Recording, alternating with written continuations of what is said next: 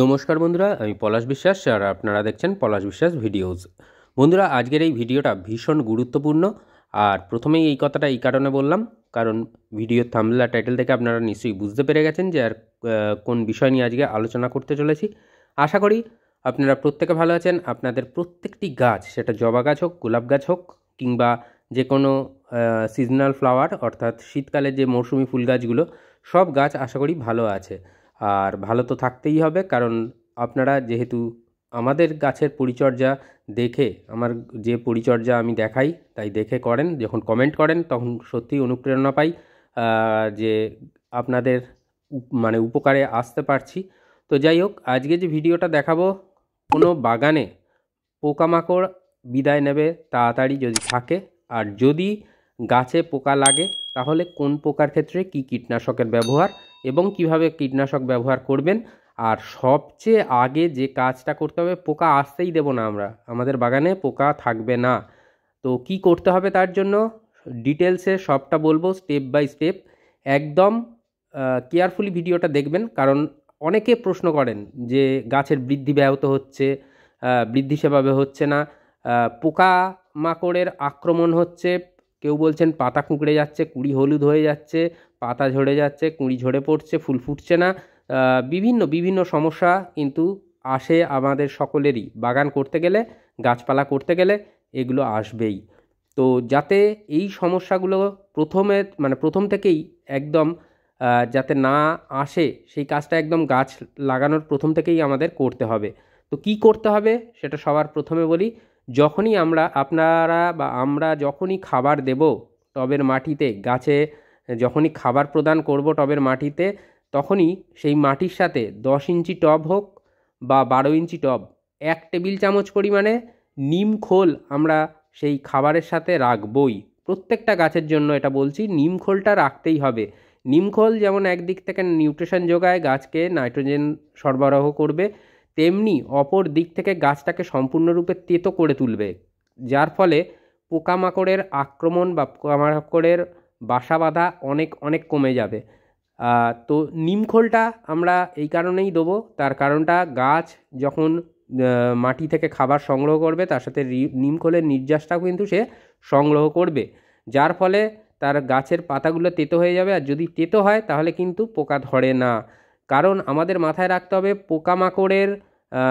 পোকামাকড় ধরে কুঁড়ির ডগায়, দেখবেন জাপ পোকা ধরে রয়েছে, কখনো দেখবেন মিলিবাগ ধরেছে গাছের একদম উপরের দিকের অংশে, অর্থাৎ কচি কচি ডালপালায় ধরে, কারণ গাছের মিষ্টি রস তারা শোষণ করে খায়। পাতার তলায় দেখবেন মাকড় লাগছে, জাল বিস্তার করছে, প্রথমে আমরা বুঝতে পারি না, খেয়াল করি না, দেখি না, জাল বিস্তার করে, গাছ কিন্তু সম্পূর্ণরূপে মারা পর্যন্ত যেতে পারে, কারণ সমস্ত পাতার রস শোষণ করে খেয়ে নেয়। তাই প্রথম দিক থেকে কয়েকটা কীটনাশক ছাড়া কয়েকটা সাবধানতা আমাদের অবলম্বন করতে হবে, কারণ কেবলমাত্র এইভাবে ফুল পেতে গেলে আমরা শুধুমাত্র গাছের খাবারের দিকে নজর দেব না।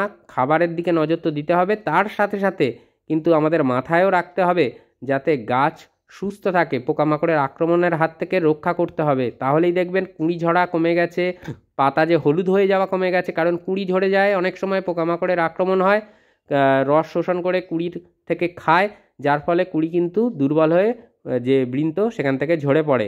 আবার কখনো দেখা যায় পাতাগুলো সব হলুদ হয়ে যাচ্ছে, কারণ পাতার তলায় থেকে রস শোষণ করে খেয়ে নেয় এই সমস্ত রস শোষণকারী বিভিন্ন ধরনের পোকামাকড়েরা। তাহলে যেটা করতে হবে, নিম অয়েল সবচেয়ে কার্যকরী উপাদান কিন্তু আমাদের। যদি আমরা নিয়ম মাফিক এই নিম অয়েল 1 লিটার জলে 1 ml নেব, তার সাথে শ্যাম্পু, 1 টাকা দামের যে পাউচ পাওয়া যায়, যে কোনো শ্যাম্পু নিয়ে মিক্সড করে আমরা যদি প্রতি সপ্তাহে একবার করে দিই, তাহলে দেখবেন যে এই পোকামাকড়ের আক্রমণের যে ভাব, সেটা 90% কিন্তু কমে যাবে। সেভাবে আক্রমণ করবে না আপনার গাছের পাতায়, কারণ সমস্ত এই যে বললাম তেতোর ব্যাপারটা, এটা কিন্তু একটা সবচেয়ে বড় জিনিস। একদম গাছ সুস্থ আছে, সুস্থ থেকেই নিম অয়েল স্প্রে করুন সপ্তাহে একবার করে। আর প্রতিদিন আমি একটা জিনিস বলবো, সন্ধ্যার দিকে হোক বা রাতের দিকে হোক, যখনই হোক আপনারা, বা একদম আর্লি মর্নিংয়ে, যার যখন যেরকম টাইমে সময় হবে, আপনারা প্লেন জল নিয়ে স্প্রেয়ারে করে গাছের পাতাগুলোকে ধুয়ে দিন। গাছের পাতার তলা, গাছের পাতার উপর ভালো করে স্প্রে করে, ফোর্সে স্প্রে করে ধুয়ে দিন। তাহলে দেখবেন কোনো ধরনের পোকামাকড় থাকবে না। তার কারণটা ওই যে জলের স্প্রে বা জল দিয়ে যদি আমরা ধুয়ে দিই তাহলে পোকামাকড় রেগুলার, তাহলে পোকামাকড় কিন্তু সেখানে স্টে করবে না বা বাসা বাঁধবে না। তাহলে এই যে মানে প্রাইমারি কেয়ার, এই কেয়ারটা আমাদের করতে হবে। তারপরেও যদি দেখা যায় কোনোভাবে পোকামাকড়ের আক্রমণ হয়েছে, তাহলেও কিন্তু আমাদের তার জন্য প্রিকশন নিতে হবে। সেগুলো বলে দেব যে কোন কোন পোকার জন্য সাধারণত যেগুলো কমন ফ্যাক্টর বা কমন পোকা, সেই সমস্ত নিয়েই আজকের বলবো কয়েকটা 2-3টে। তো যেটা বলবো যে এই যে ধরুন শীতকালের যে এই সমস্ত শীতকালীন গাছে আমরা দেখি গাঁদা গাছে মাইটসের আক্রমণ হয়, অনেক সময় লেদা পোকার আক্রমণ হয়, অনেক সময় পাতা কুঁকড়ে যায় গাঁদা ফুল গাছের, মাইটসের আক্রমণের কারণে হয়। অনেক সময় দেখি মিলিবাগ ধরে, কখনো কালো গুঁড়ি কুঁড়ির চারপাশে কালো জাপ পোকা ধরে। তো এই সমস্ত পোকার জন্য আলাদা আলাদা কীটনাশক তো রয়েছেই। তাছাড়াও আমি যেটা বলবো, যখনই দেখবেন যে এইভাবে কীটপতঙ্গ দ্বারা আপনার গাছ আক্রমণ হচ্ছে, তখন মনটা কিন্তু খারাপ হয়ে যায়। কারণ এত সুন্দর করে ছোট্ট চারা গাছটা নিয়ে আসলাম বাজার থেকে, তারপরে যখন বড় হলো, ফুল দেওয়া শুরু করলো, তখন যদি পোকামাকড়ের আক্রমণ হয়, তখন কিন্তু প্রত্যেকের মনটা ভীষণই খারাপ হয়। তো আমি যেটা বলবো, সব সময় গাছটাকে পরিদর্শন করুন, পর্যবেক্ষণ করুন, যেন পোকামাকড় প্রতিদিন দেখবেন এটা যেন পোকামাকড় না থাকে আর না আসে, এটা আমাদের খেয়াল রাখতে হবে। তার সাথে যেটা করতে হবে আমাদের 10 দিনের ব্যবধানে সুস্থ গাছেও, হ্যাঁ বন্ধুরা, সুস্থ গাছেও 10 দিনের ব্যবধানে আমি কীটনাশক প্রয়োগের কথা বলবো। ধরুন এই সপ্তাহে আমি উদাহরণস্বরূপ বলছি যে কাকা কীটনাশক প্রয়োগ করলাম, তার ঠিক 10 দিন পরে আমরা কোনো অন্য ধরনের কীটনাশক, অন্য কম্পোজিশনের কীটনাশক আমরা প্রয়োগ করব।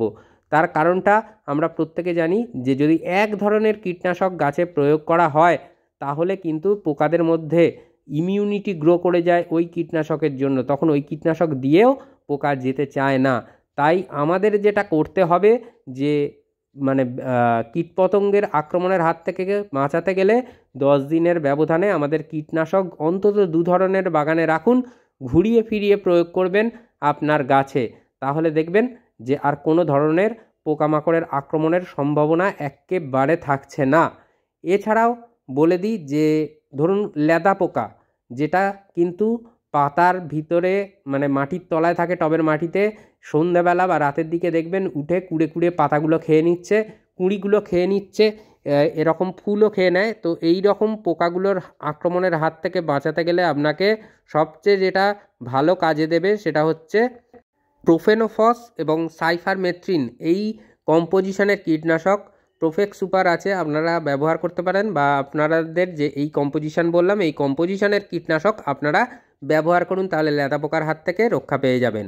মাইটস, পাতা কুঁকড়ে যাচ্ছে লঙ্কা গাছ, গোলাপ গাছ, জবা গাছ, গাঁদা গাছ, বিভিন্ন গাছের পাতা কুঁকড়ে যাচ্ছে, কুঁকড়ে গিয়ে দেখবেন একেবারে মুড়ে যাচ্ছে। তো এটা সাধারণত মাইটসের আক্রমণে হয়ে থাকে। তো এই মাইটসের আক্রমণের হাত থেকে গাছকে রক্ষা করতে গেলে কাকা কীটনাশক ব্যবহার করতে পারেন থিটা, কিংবা ব্যবহার করতে পারেন ওমাইট, অথবা ডাইমেথয়েড 30 কম্পোজিশনের যে কোনো কীটনাশক, সেটা টাটা টাফগার হতে পারে, রোগার হতে পারে, রোগার প্লাস হতে পারে, যে কোনো এই ধরনের কীটনাশক, এই জাতীয় কীটনাশক কিন্তু মাইটসের জন্য ভীষণ ভালো কাজ করে। বা ইমিডাক্লোরোপিডেরও ব্যবহার করতে পারেন, বেশ কিছুটা কাজ হয়ে থাকে। তো এটা গেল আরেকটা যেটা পাতা কোঁকড়ানোর সমস্যা, যেটা ম্যাক্সিমাম দেখা যায়। এছাড়া আরেকটা যে সমস্যা, কমন ফ্যাক্টর জবা গাছে আমরা বিশেষ করে দেখি, বা এই সময় চন্দ্রমল্লিকা গাছেও আক্রমণ করে, সেটা হচ্ছে মিলিবাগ বা সাদা রঙের পোকা। অনেকে সাদা পোকা বলে, অনেকে দোয়ে পোকা বলে, বিভিন্ন জন বিভিন্ন রকম নামে ডাকেন।